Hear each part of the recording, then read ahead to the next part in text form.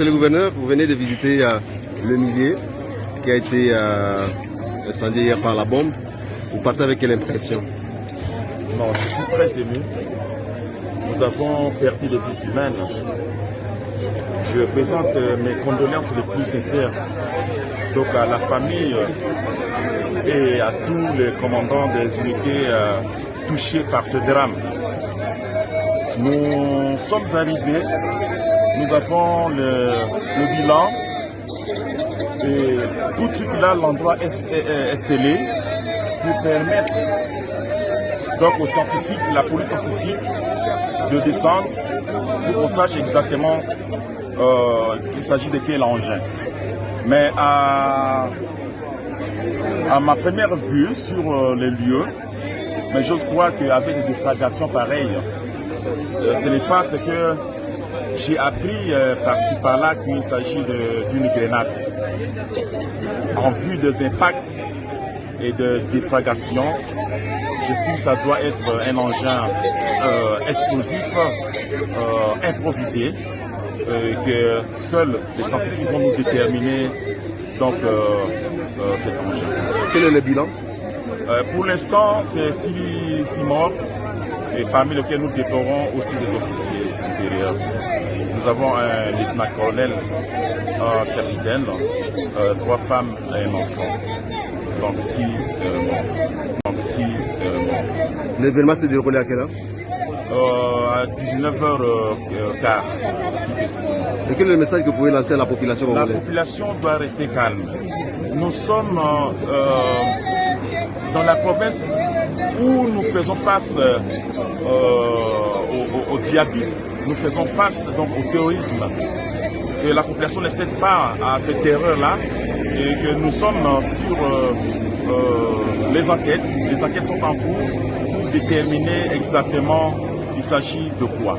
Mais pour l'instant, la population doit rester calme et il ne faut pas qu'il y ait encore beaucoup d'attroupements comme nous sommes en train de voir. Même hier, il y a eu beaucoup d'attroupements. Nous avions eu difficilement accès ici.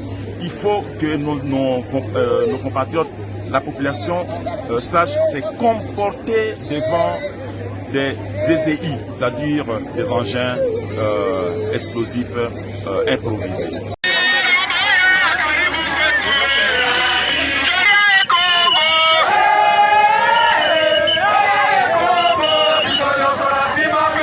On croirait à une journée fériée à Bogoro, Kasseni et Tchomia, où les populations ont arrêté momentanément leurs activités pour témoigner leur soutien au commandant suprême de forces armées et de la PNC, Félix Antoine Tshisekedi Tshilombo, qui, au travers le lieutenant général Luboyanka Chamadjoni, incarne sa vision, celle de pacifier et développer la province de l'Ituri. À Kasseni, tout comme à Tchomia, un accueil chaleureux est réservé au lieutenant général Luboyanka Chamadjoni. L'autorité provinciale draine de foules immenses, l'obligeant à chaque fois de marcher à pied jusqu'au lieu des meetings. L'appropriation du projet de développement de 145 territoires initié par le chef de l'État pour le développement de ces entités de base. L'adhésion des miliciens au processus PDDRCS et le respect de la réglementation de la pêche au lac Albert sont entre autres les messages du numéro 1 de l'Ituri. Ile programme nitokea kusema taka Senyi itakuwa ni 10 millions batapeleka ku territoire. Ile 10 millions itafanya makazi yote, élevage, agriculture, manjia ingine kidogo kidogo, mapom itafanya ile makazi na itapatia vijana makazi juu ya kusema tudevelope kwetu. Cette visite du lieutenant général Luboyanka Chamadjoni a été saluée par la notabilité locale. La population du secteur de Bahema Sud vous présente ses reconnaissances et remerciements de la volonté que vous avez fait montre à travers les actions ci-après. La stabilité de la paix totale sur l'ensemble du secteur de Bahema Sud, la réhabilitation de la route Bunia-Kasenyi qui était impraticable, remplie de bourbiers, mais grâce à vous, cette route est accessible dans peu de temps au peut se trouver à Bunia avec toute assurance. Vous avez répondu à un besoin fondamental de la population car sans la route, sans la sécurité, il n'y a pas le développement.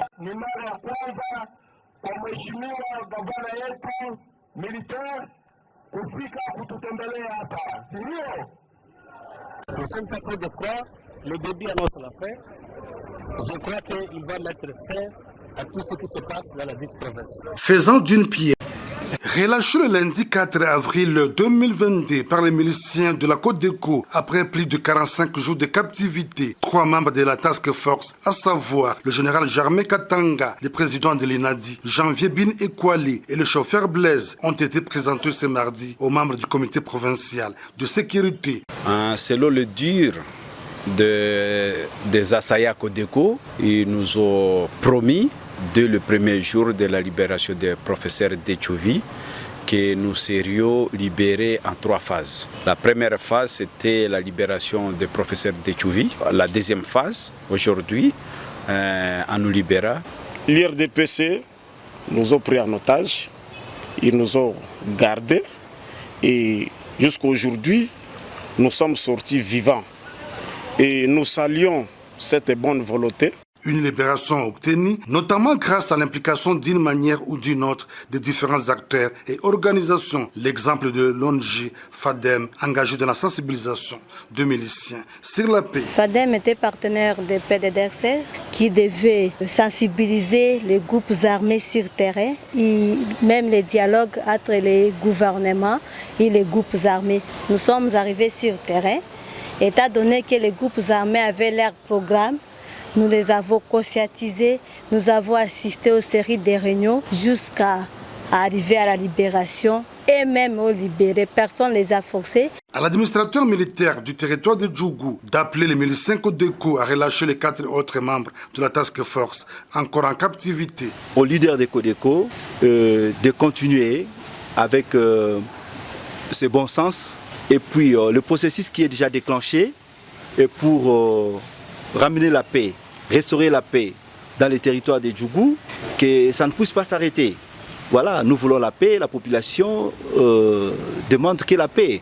Notons que la libération intervient après celle du professeur Jean-Baptiste Dechovi, relâché le 21 mars dernier pour des raisons de santé. Pour rappel, quelques semaines après la prise d'otage de Thomas Lubanga et 7 autres membres de la task force, le gouverneur militaire de l'Ituri, le lieutenant-général Luboyanka Johnny, avait mobilisé les différents leaders communautaires et structures de pacification afin de trouver des voies et moyens pour la libération de ces émissaires du chef de l'État pris en otage le 16 février dernier, non loin de Bambou, en territoire de Djougou, lors de pourparlers sur la paix. Le gouverneur militaire du Nord Kivu a échangé avec les fractions de la Lucha et autres mouvements citoyens ce 6 avril 2022 à Goma, dans une véritable sensibilisation au civisme et au patriotisme. Le chef du gouvernement militaire a fait remarquer à ce jeune que la personnalité juridique est importante. Il est aussi important de faire une lutte basée sur les idées et non dirigée vers les personnes pour escompter les résultats.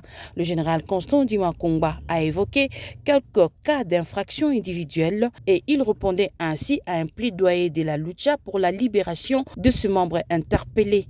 Espoir Ngaloukié du mouvement citoyen Lutte pour le changement explique le contenu de leur entretien avec le chef de l'exécutif. Notre plaidoyer pour obtenir la libération de nos militants. Il y a un militant qui a été arbitrairement arrêté à Goma, on a mis sur Nungo King.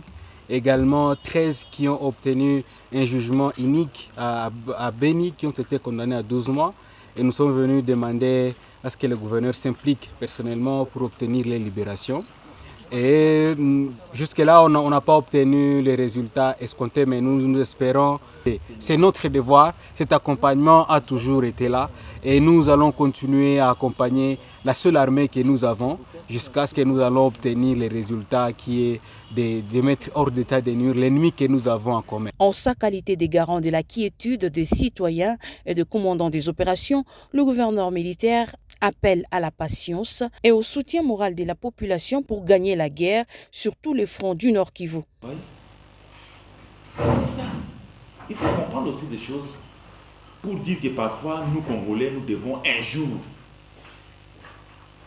dire non à ces histoires-là et que les étrangers restent là et on va vite terminer aussi. Le gouverneur est resté intransigeant sur les atteintes à l'intégrité du territoire national, le soulèvement populaire qui conduit à des conséquences incalculables, citant ainsi les cas de Ndungo et de Idengo. Le lieutenant-général Constant Dima-Kongba a démontré que l'état des droits, c'est aussi laisser la justice faire son travail. Il va matérialiser toutes les promesses qu'il avait faites. En fait, lui donne la vision.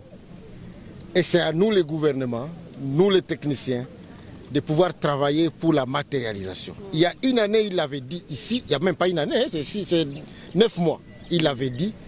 Mais vous savez, pour concevoir tout ce travail ici, pour faire les appels d'offres, et pour qu'on arrive à sélectionner l'entreprise qui va gagner ces marchés, c'est tout un processus. Nous avons voté des lois, et ces lois-là, nous devons les respecter.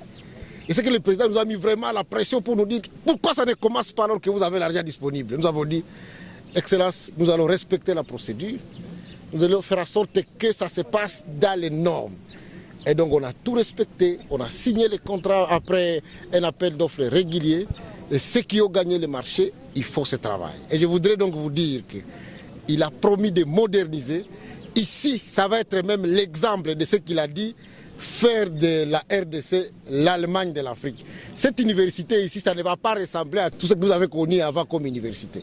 Ça va être modernisé, moderne, tout ce qu'il faut pour l'université. Et j'ajoute, ce n'est pas seulement les bâtiments, ça va être aussi équipé. Et je vais vous dire que le président, pour qu'on ne manque pas de rien, pour qu'on ne dise que voilà, on a eu coupure de financement et ainsi de suite, il a mis à notre disposition l'ARPTC qui a mis à notre disposition tous les moyens. Donc je vous dis qu'ici, l'entreprise a tous les moyens nécessaires pour commencer et finaliser les travaux. Alors, il y a 3 phases. Mais on a dans la première phase 100 millions de dollars qui vont être utilisés pour l'IPEN, pour l'université de Mbujimai, pour l'université de Kananga et pour l'université de Bunia. Et l'INBTP Kinshasa.